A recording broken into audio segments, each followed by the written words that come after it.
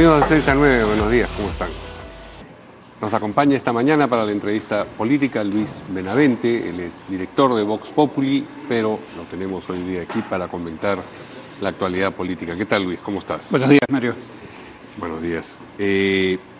Lo último que ha ocurrido, digamos, en la escena política, y nunca mejor dicho escena, nunca mejor aplicada el término escena para esta circunstancia, por lo teatral que implica, quiero decir, es la renuncia de estos 10 congresistas que pertenecían a Fuerza Popular a esa bancada, es decir, la declaración de independencia.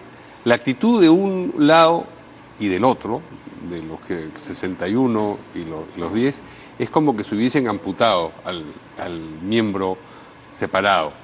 Pero ¿quién ha amputado a quién? Porque en una amputación siempre hay un cuerpo que queda sano y un miembro que es descartado, porque ya no servía y que, bueno, en fin.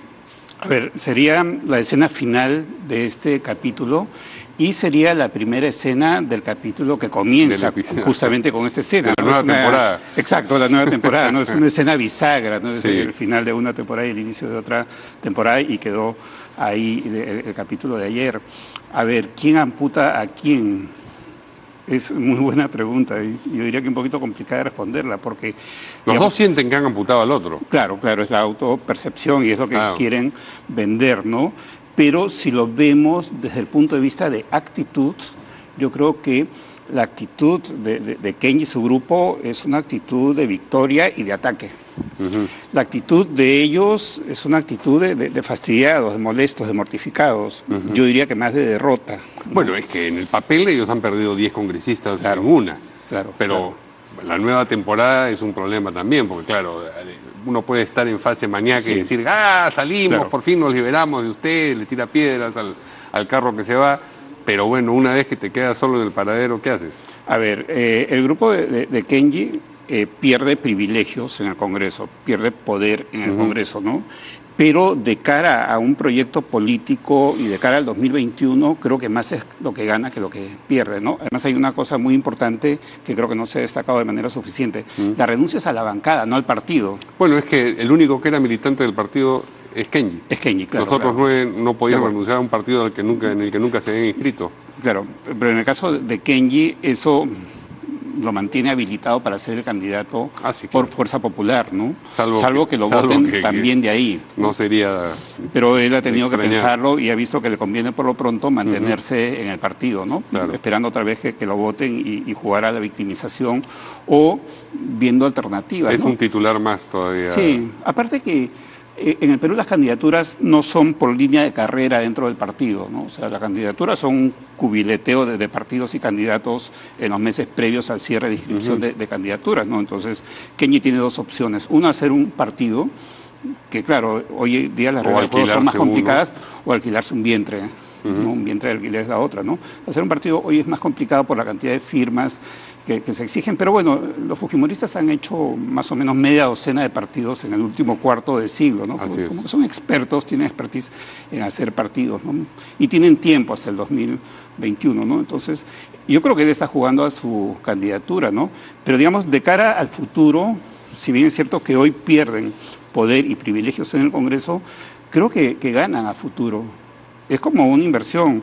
Tú inviertes pues para tener liquidez en el mes a muy corto plazo, con instrumentos muy seguros, pero que te dan rentabilidad muy pequeña, o inviertes a largo plazo con mayor especulación. ¿Pero tú crees y mayor que la gente, aún la que simpatiza con él, lo ve como un candidato presidencial? Una cosa es líder de una facción en el Congreso, defensor del padre,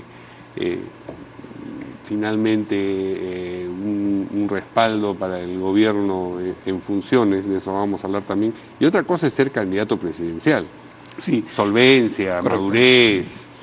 Yo creo que esos son atributos que exige el segmento A, B y tal vez parte del C, la parte con mayor educación del C, ¿no? Después es sencillamente simpatía. Sí, ¿no? Y yo creo que Kenji va a ese segmento de populismo de derecha, neopopulista, donde el fujimorismo tiene mucha experiencia. Creo que es el neopopulismo más fuerte en toda América Latina. Bueno, por eso le va a ganar la hermana, porque neopopulista de derecha, digamos. Bueno, Pero digamos que ese es el espacio, tal vez en términos más académicos, ¿no? Sí. Pero allí él maneja muy bien los códigos del populismo, ¿no? Me acuerdo del año 2011, cuando era candidato al Congreso, decía sí, porque una vez mi padre me enseñó que tengo que estar con el pueblo.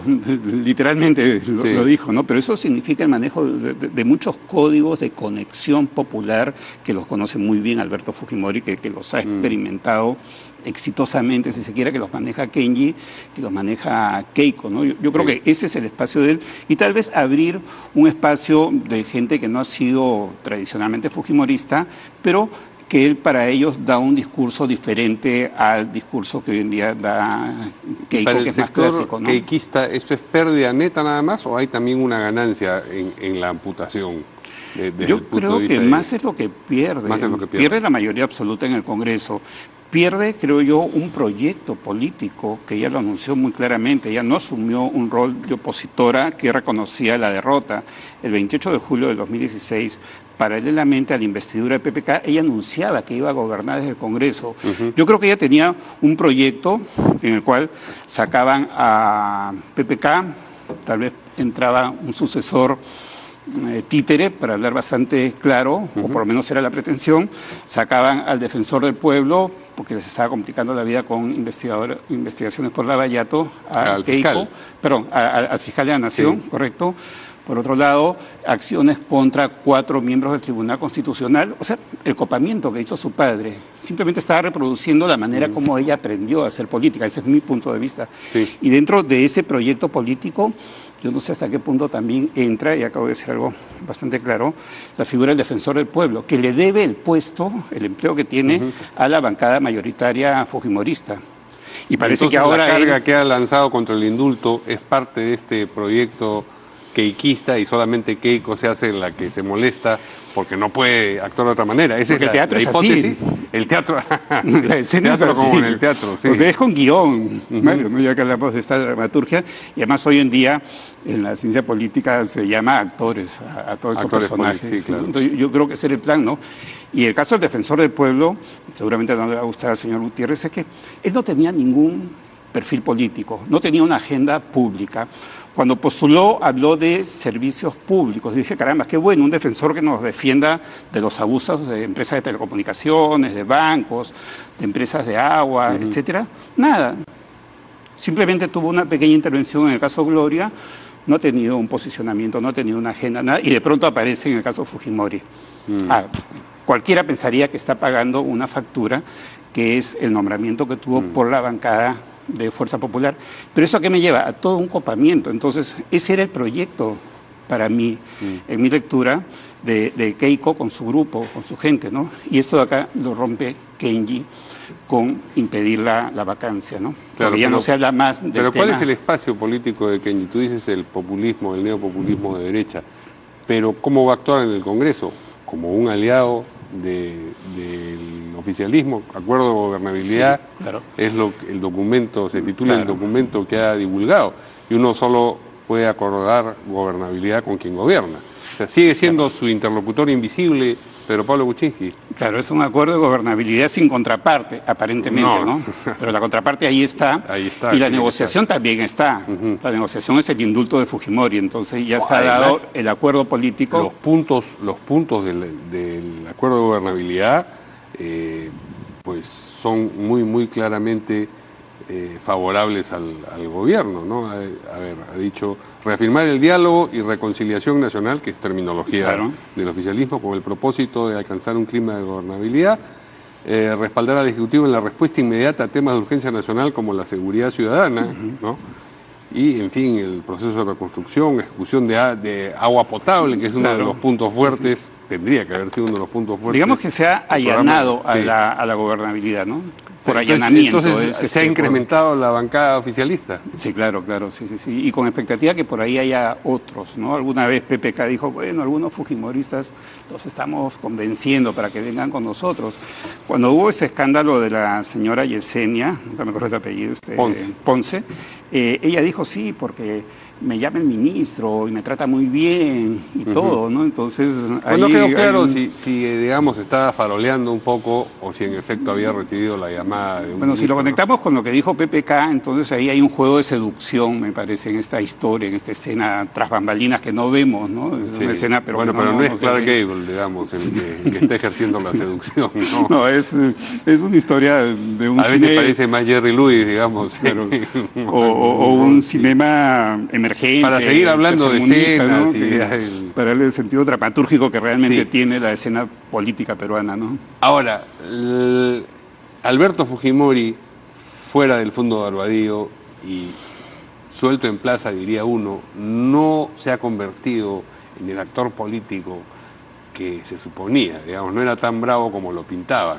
No Claro. sé si porque está contenido, había cuenta de que todavía falta Costa Rica y falta lo que se diga acá acerca de la gracia presidencial, no del indulto, o porque sencillamente ya lo único que quiere es vivir tranquilo. Claro, ahora está con el tema de Costa Rica, donde aparentemente la Corte Interamericana podría sentenciar en contra del Estado peruano, ¿no? O sea, yo no sé cómo le va a ir a la defensa peruana en Costa Rica. Aparentemente la cosa no está fácil, ¿no? Entonces Fujimori ahí tiene un tema que le impide aparecer. Si no existiera el caso de Costa Rica, de la Corte Interamericana, igualmente él dice algo y cualquier cosa que diga tiene muchos opositores con mucho espacio público y encima redes sociales, no solo medios masivos, que lo van a triturar. Yo diría no solo con cualquier palabra, con cualquier letra que él pronuncie, ¿no? Entonces, si él quisiera emerger en la política, nuevamente tendría que hacer una buena parte del trabajo tras bambalinas y otra parte con mucha prudencia, con mucho cuidado, ¿no? Porque allí generaría mucha reacción que al final podría perjudicar el proyecto que pudiera encarnar Kenji.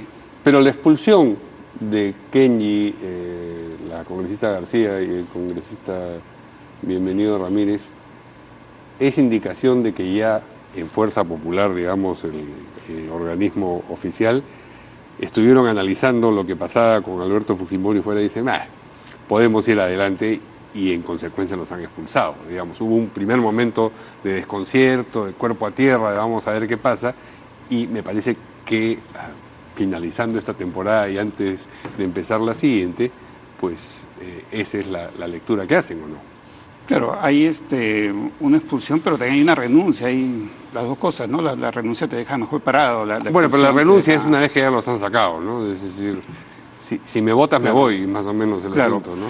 Claro, pero digamos que la expulsión es de 3, con la expectativa de conservar a los otros. Se han amarrado. De darle un mensaje a los 7, vean ustedes que acá todavía les podemos dar privilegios, beneficios, no se vayan. En ese pulseo ha perdido Fuerza Popular, claro. No se jaló a ni uno más, sí, pero tampoco ni uno menos, digamos. Claro. O sea, la apuesta del sector kenjista era, hacemos este gesto radical y a ver si en la succión jalamos 2 congresistas más, claro. Digamos, ¿no? Bueno, Pariona fue, como decíamos acá, el que se tambaleó en el muro, en la frontera, y finalmente cayó del lado de los 61. Claro. Ahora, eso sí, exacto, ¿no? Pero no sabemos qué otros nombres puede haber ahí. No, puede haber, pero eso, por el momento... 61 sigue siendo una primera minoría bastante grande, muy cercana a los 65, que son el 50%. Además, recuperan, ¿no? digamos, por ejemplo, el pastor Rosas, que ya salió de Alianza para el Progreso y que solía ser fujimorista, evidentemente... En Roques, digamos. Se vuelve a aproximar. ¿Qué va a ser de la señora Vilca Toma, que también ya ha tenido, digamos, ha renovado coincidencias con el fujimorismo? Ahí nomás ya de 61 pasamos a 63. Digamos que Fuerza Popular en el Congreso queda más decantado, de alguna manera. Han perdido la mayoría absoluta, pero tienen una fuerza bastante grande, ¿no? Yo creo que no han medido mucho las cosas a futuro y creo que falla mucho el liderazgo dentro de Fuerza Popular, ¿no? Porque esta actitud, esta conducta, estas palabras que tienen estos Avengers son de gente que está resentida, ¿no? Entonces, bueno, por eso Avengers tiene el concepto de venganza implícito, ¿no? Exacto, literalmente, ¿no? ¿Por qué? Porque el gran político trata bien a sus colaboradores. Ellos aparentemente y otros más han sido ninguneados, les han hecho bullying, los han maltratado, los han considerado los provincianos que van a votar y seguir consignas, ¿no? Y ellos querían tener su espacio. Ellos querían subir a la mototaxi y no los dejaban, les cerraban la puerta. La mototaxi por definición es chiquita, ¿no? Claro, pero sí. También otra forma era hacer una pequeña flota de mototaxis para que entren, claro, ¿no? Y darles un buen trato. Entonces yo creo que ahí Kenji no ha sabido ejercer un liderazgo, ¿no? ¿Kenji o Keiko? Kenji, ¿no? Kenji. Perdón, Keiko, disculpen. Keiko no ha sabido ejercer un liderazgo y entonces ahí viene el desapego, el resentimiento. Claro. Ahora deben ¿no? estar, digamos, fletando un micro un poco más grande, asustados como están de que se les haya ido. Claro, ¿no? Y están servicio al asiento a los pasajeros, pero bueno. Claro, ahora tienen que hacer cuenta. Pero también ese liderazgo para afuera tampoco sabe manejarlo Keiko. Caca, ahí me confundo, ¿no? No sabe manejarlo porque tú la ves muy gruñona, muy molesta, muy fastidiada. Desde que perdió las elecciones, ¿no? Sí, claro. No sabía procesar. Y ella antes sabía manejarse muy bien. Yo recuerdo entrevistas en televisión, donde en vivo es difícil, no hay la facultad de la edición del medio impreso, en fin. Donde le hacían preguntas muy complicadas y yo la veía surfear muy bien en aguas muy movidas y sabiendo responder, le preguntaban sobre su padre, acusaciones graves, cosas. Ha perdido esa capacidad, ¿no? Y eso es algo que lee el público, lo siente, son códigos de comunicación, mientras Kenji está más sonriente, haciendo no es que yo simpatice con Kenji, ni mucho menos, simplemente es lo que veo, lo que observo, ¿no? Un liderazgo carismático, ¿no?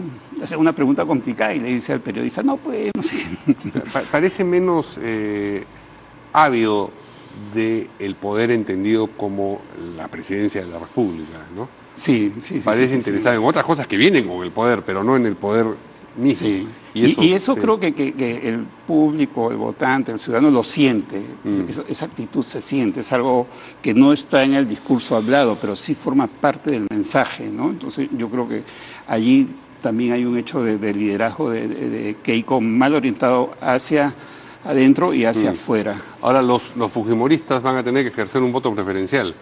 ¿A quién prefieren? ¿A Kenji o a Keiko? Y si ya, digamos, el fujimorismo todo junto tenía problemas para ganar la segunda vuelta, me imagino que para Keiko la perspectiva de que una porción, por reducida que sea, del fujimorismo se le escurra de las manos, constituye un problema bien serio, ¿no? Claro, ahí viene, un final impredecible de una temporada muy posterior, ¿no? Sí, eso es dentro de 3 temporadas. Claro, para seguir un poco con la ¿no? serie. Sí. A ver, hay quienes creían que todo esto era algo combinado entre Keiko y Kenji. Yo no creo en eso, definitivamente, lo descarto tajantemente, ¿no? Porque este plan de Keiko que tengo en mi punto de vista, en mi análisis, lo destruye Kenji, entonces no es que es algo montado, ¿no? La pelea entre hermanos, porque en política hay mucho montaje, mucho Armani, ¿no? No, yo no creo en eso, ¿no? Pero a futuro se pueden encontrar. A ver, ¿qué pasa si los dos son candidatos? Una posibilidad no muy lejana es que los dos vayan a segunda vuelta. Los dos a segunda vuelta, es decir, todo el electorado fujimorista con matices. ¿Por qué? Bueno, puede ser, ok. Mira, desde el año 2001 al 2016, el segundo lugar ha tenido entre 20 y 24% de votos. PPK pasó con 20%. Así es. Y luego gana. Entonces, 20% y el otro 30%, el otro 26%. Pueden hacerla, ¿no? O sea, entre los dos suman el 50% del fujimorismo, sin contar... Bueno, si los dos pasan a la segunda vuelta, el pleito va a ser peor. Ya, ahora, si uno pasa a segunda vuelta y el otro queda tercero, hace ganar... Claro, entonces ahí se van a necesitar. No, ya, pero así como están las cosas, claro, faltan 3 temporadas. Sí, faltan mucho. Pero podría tranquilamente apoyar solamente por el incordio fratricida, apoyar al otro candidato o a la otra candidata. Bueno, ya ese es Caín y Abel, ¿no? Bueno, pero en eso estamos por la presidencia, rato, no sé, sí, claro. También puede darse, ya estamos adelantándonos mucho, creo. Pero digamos, en el papel hoy día es un problema que en las encuestas comience a aparecer menos, la cifra que tenía, menos 10%. Claro, y además las encuestas, ¿no? Lo más importante no es ver el número que obtienes este mes, sino la tendencia, la proyección estadística, ¿no? La proyección geométrica. Entonces la tendencia de Keiko es para abajo y la de Kenji es para arriba. Y eso es bastante claro, ¿no? Entonces por eso que decía que a futuro más gana Kenji que Pero la Keiko. Posibilidad de mantener la publicidad que tiene en este momento Kenji con estas actitudes literalmente dramáticas para volver a la escena, es reducida, ¿no? No se puede tener una noticia de esta naturaleza, nos vamos del partido, todos los liberé a mi papá. Sí, claro, claro. Ya después... Esos titulares son 2, 3 veces al año, no son tan frecuentes. Ha habido una seguidilla últimamente. Pero hay maneras de alimentar, creo, ¿no? De dar un mantenimiento a publicitario. Y aparentemente tiene equipo que se ocupa de eso. Creo que sí. si hacemos la comparación nuevamente, Kenji tiene mejor equipo de asesores, mejor equipo de comunicaciones, mejor estrategia comunicacional, que él seguramente va a encontrar algún camino para mantenerse, mejor ¿no? Por lo pronto. que el de Keiko. Claro, y que claro. el de Kuczynski también. Sí, lejos. Bueno, no es una competencia muy ardua la que tiene. De repente ese acuerdo de gobernabilidad le va a pasar a sus asesores comunicacionales a PPK y PPK comienza a subir, porque la verdad es que Kenji la está haciendo bastante bien, diría, ¿no? Muy bien, muchas gracias. Gracias, Luis, Mario. vamos a seguir conversando de estas cosas conforme avancen los nuevos episodios de la siguiente temporada. De la dramaturgia de la política peruana. Así es. Y nosotros nos vemos mañana aquí en de 6 a 9. Buenos días.